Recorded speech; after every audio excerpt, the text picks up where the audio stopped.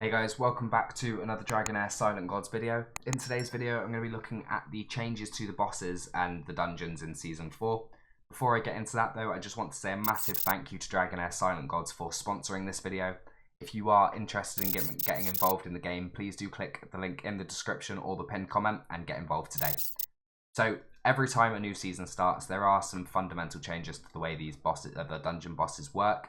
So I'm just going to run through each of the skills and see if I can kind of notice what's changed. So, I mean, first of all, I can instantly see this here. So this has changed from how it worked in Season 1, 2, and 3. So the Deadly Harpies attacks have a 90% chance to trigger a simultaneous attack from the Flame of Element, whose target always remains the same as the Deadly Harpies. For every debuff on Flame of Element, the reduces its trigger chance by 30%. For every ally other than the boss who possesses a shield on the field, Deadly Harpy gains 1 stack of damage reduction. Okay, so clearly the boss is going to use shields, because if it's got shields on the Flame of Elements, it's going to gain a damage reduction buff. Well, that's going to be a bit of a pain.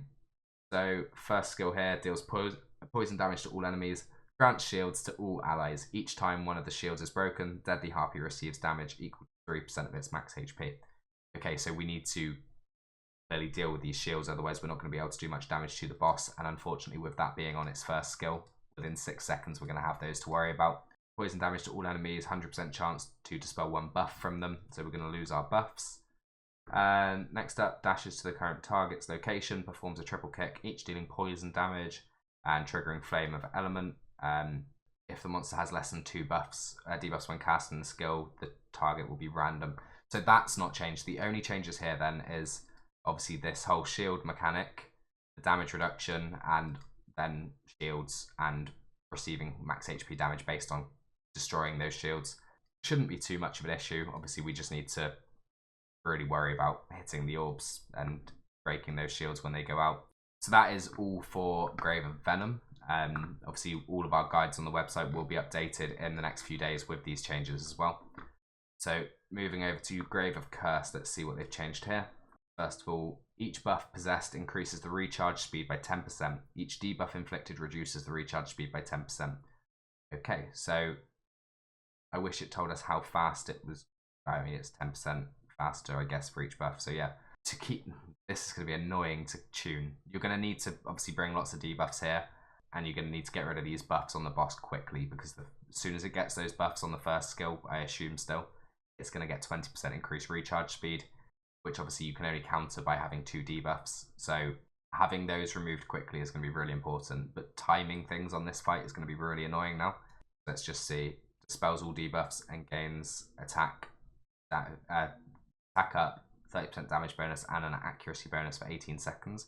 Accuracy bonus, I believe, is new there.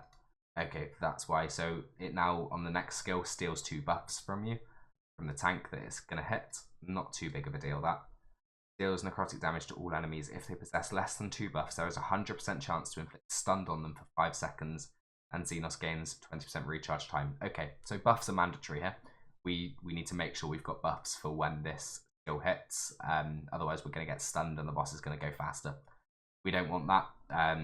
That's obviously a big no-no, so we now need to make sure we're bringing in buffs. That is why this is actually quite annoying. So you just need to make sure your buffs are going out between these 2 skills on everybody. Should be nice and easy to deal with. Obviously, I'll do updated guides for all of the dungeons throughout Season 4 at the start, as and when we unlock them on the live servers. Next up, we've got the Grave of Rot. So what changes have they made here? So when dealing damage, 20% of the damage dealt will be converted into corrosion. When the enemy's corrosion reaches 50% of their max HP, they die immediately. So when enemies inflicted with corrosion receive healing, corrosion equal to 30% of the excessive healing will be converted into HP. Right, okay, so poisons are gone. It's corrosion now. Obviously, we cannot let that reach 50%, otherwise we die.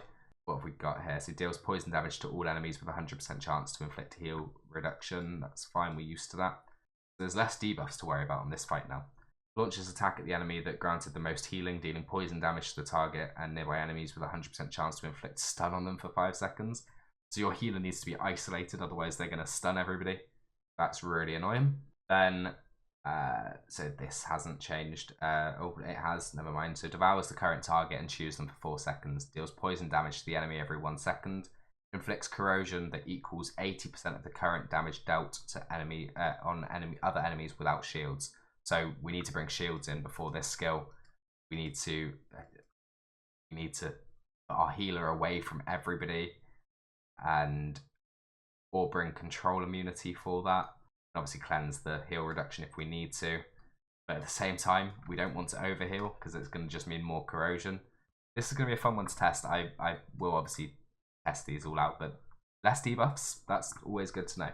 Next up then, we've got the Heretical Ruins. Let's have a look. So first of all, no passive there, so we've still got the same 24-second rotation, so that's not changed. It was always attack, well, season 3 it was attack penalty and burn, but attacks people with burn.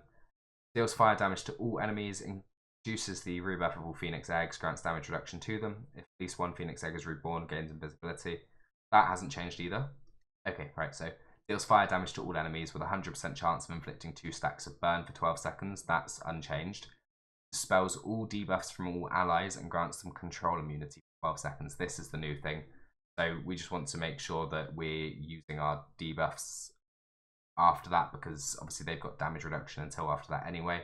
So just hold off a little bit longer, just like we did in season 3, and just don't control them. It's not too much of an issue, and that hasn't changed. So the only change there is that control immunity and the cleanse from the 2 spawns that it has. Next up then, we've got the Ancient Battlefield. Let's see what they've changed here.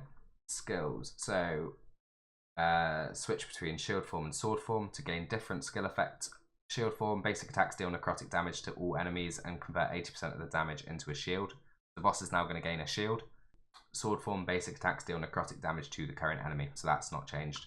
First skill, furthest enemy, 100% chance to inflict stun.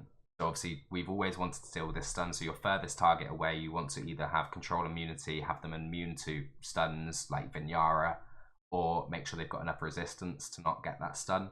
If it's successfully inflicted, he'll gain a 10% max HP shield for 20 seconds. Otherwise, he receives damage and enters backfire for 10 seconds, which increases your damage done to him by 20% and reduces his damage done by 20%. Then the next skill we've got, obviously, is the sword form. Deals damage to the highest attack. It now ignores 30% defense and their shield. So that's going to be a bit harder to keep your DPS alive. Obviously, one of the things about this boss is it reduces damage so massively that actually having, in fact I don't know if it still does, might not, but building your damage dealers tankier is not normally a problem in this fight. So sword form obviously gains attack up, shield form gains defense up. That's normal. That's a repeat of the first skill. Then that's a repeat of the second skill. So the boss doesn't reduce damage anymore. That's really big to know.